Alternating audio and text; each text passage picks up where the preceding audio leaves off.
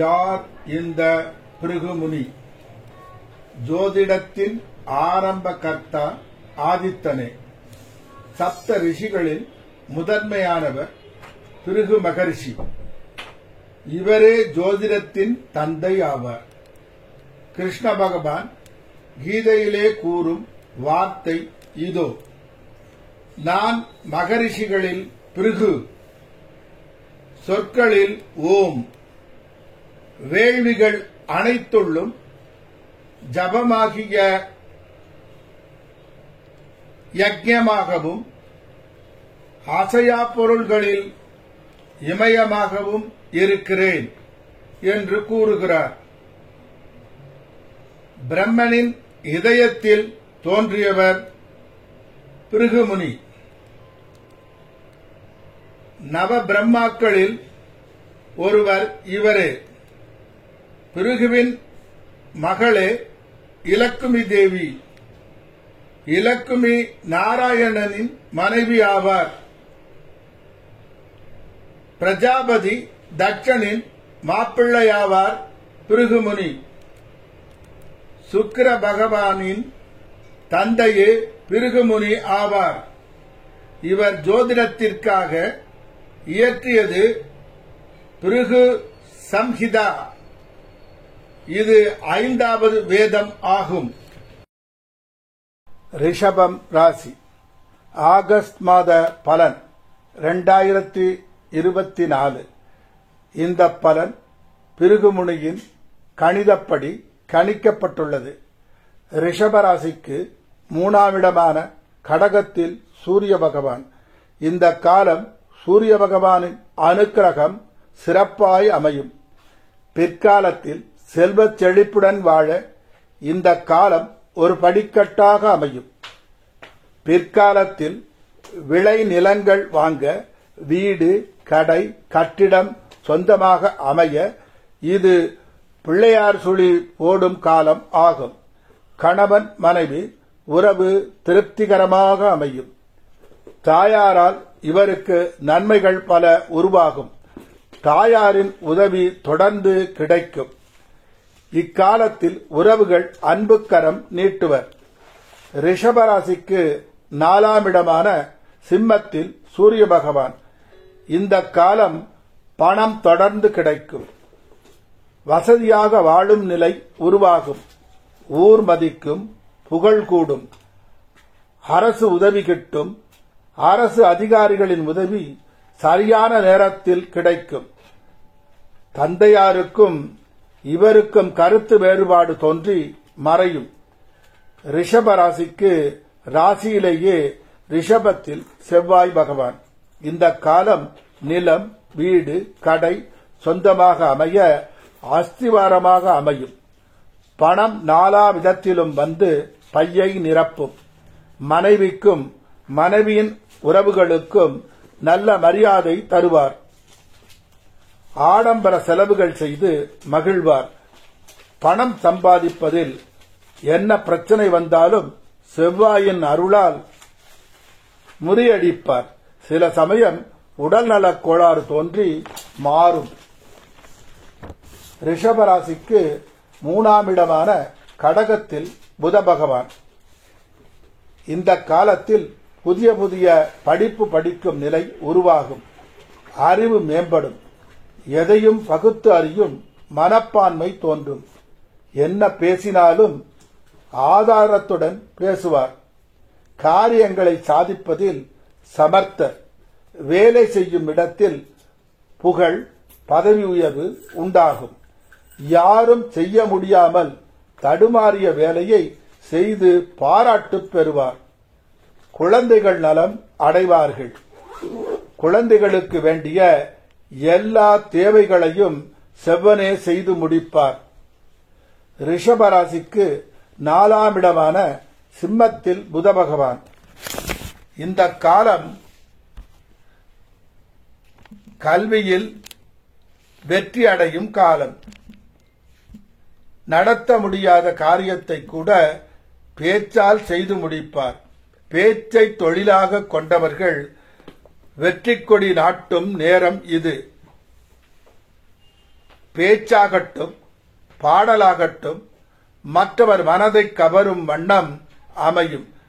குழந்தைகள் கல்விக்கும் அவர்கள் உயர்வுக்கும் உதவி செய்யும் காலம். அறிவுக்கு அப்பால் உள்ள விஷயங்களை பற்றி அறிய ஆர்வம் அதிகமாகும். தனக்கு என ஒரு வழியையும் திட்டத்தையும் உருவாக்கி அந்த பாதையில் நடந்து வெற்றியும் காண்பார். ஒழுக்க நெறியும் உதவி செய்யும் மனப்பான்மையும் இந்த காலகட்டத்தில் மிகும். இந்த காலம் இவர் பிற்காலத்தில் உயர்தரமான வீடு வாகனம் அமைய வழிவகுக்கும். ரிஷப ராசியில் 1ஆம் இடமான ரிஷபத்தில் குரு பகவான். இந்த காலகட்டத்தில் பெரிய பல பட்ட படிப்புகள் படிக்க உதவி செய்யும். எந்த போட்டியாக இருந்தாலும் வெற்றி நிச்சயம். உடல் நலம் குறையும் நேரம் இது.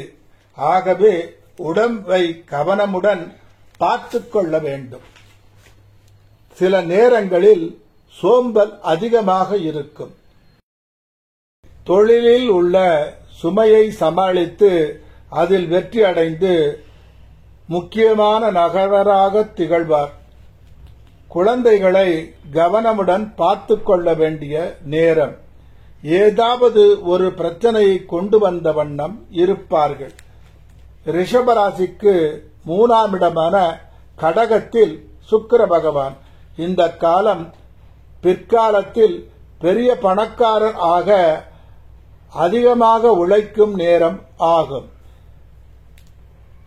பிற்காலத்தில் விளை நிலங்கள் கூட இவருக்கு சொந்தமாக அமையலாம்.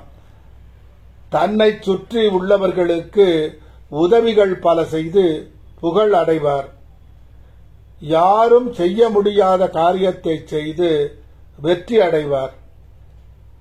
பிறர் சொல்லும் நல்ல விஷயங்களை கேட்டு நடந்து முன்னேற்றம் அடைவார். தாயாரால் இவருக்கு எல்லா உதவிகளும் கிட்டும். சகோதர சகோதரிகளிடம் சிறு சிறு கருத்து வேறுபாடு தோன்றி மாறும். ரிஷபராசிக்கு 4ஆம் இடமான சிம்மத்தில் சுக்கிர பகவான். இந்த காலகட்டம் ஊருக்கு உழைக்கிறேன் என்று தனது தாயார் தந்தையார் சொல்லை பொருட்படுத்த மாட்டார். நினைத்ததை முடிக்கும் திறமை சுக்கிர பகவான் தயவால் மேலோங்கும். ராஜசுகம் அடைவார். பணம் பல வழிகளில் வந்து சேரும். திடீரென்று நிலம் வீடு வில்லங்கம் உண்டாக வாய்ப்பு அதிகம் உள்ளது. கவனம். எதிரிகள் இவரை தொல்லை தந்து கொண்டிருப்பர்.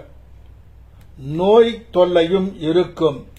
பின்பு இவை ஒரு நல்ல முடிவுக்கு வரும். ரிஷபராசிக்கு 5ஆம் இடமான கன்னியில் சுக்கிர பகவான். இந்த காலம் லட்சியம் இல்லாதவராக வாழ்வார். படிப்பில் கவனம் குறைந்து பின்பு மாறும். இவரிடம் பயம் நடுக்கம் அதிகமாக காணப்படும். பணப்பிரச்சனை தோன்றி மாறும். சொல்ல நினைத்ததை கூட சொல்ல வேண்டிய நேரம் சொல்ல மாட்டார்கள். குடும்பத்தில் கருத்து வேறுபாடு தோன்றி பின் நலம் ஆகும். சுக்கிர பகவான் கன்னியில் இருக்கும் காலம் எதிரிகளிடம் மிகவும் கவனமாக இருக்க வேண்டும். குழந்தைகள் நலத்தை மிக முக்கியமாக கவனிக்க வேண்டிய நேரம். குழந்தைகள் முன்னேற்றத்தை மிகவும் கவனமாக கவனிக்க வேண்டும். உங்கள் மனதில் ஏதோ ஒரு இனம் புரியாத பிரச்சனை வந்து அவ்வப்போது தொல்லை தரும். ரிஷபராசிக்கு 10ஆம் இடமான கும்பத்தில் சனி பகவான். இந்த காலகட்டத்தில் கடமை தவறாதவராக இருப்பார். எல்லோருக்கும் உதவிகள் பல செய்வார். தந்தையின் அன்புக்கு பாத்திரமாக நடந்து கொள்வார்.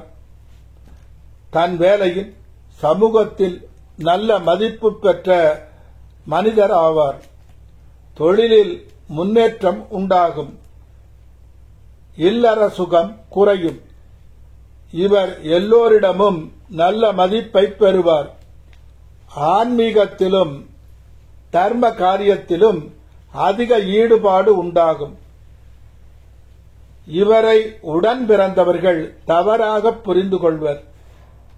எதிரிகள் இவரை கண்டு ஒதுங்கிச் செல்லும் காலம் ஆகும். ரிஷபராசிக்கு 11ஆம் இடமான மீனத்தில் ராகு பகவான். இந்த காலம் இவர் செய்யும் முயற்சிகள் அனைத்தும் வெற்றிகரமாக அமையும். பிற்காலத்தில் ஏராளமாக பணம் சம்பாதிக்க இந்த காலம் உதவிகரமாக அமையும். இந்த காலம் பிற்காலத்தில் லட்சங்கள் கோடிகள் சம்பாதிக்க உதவியாக அமையும்.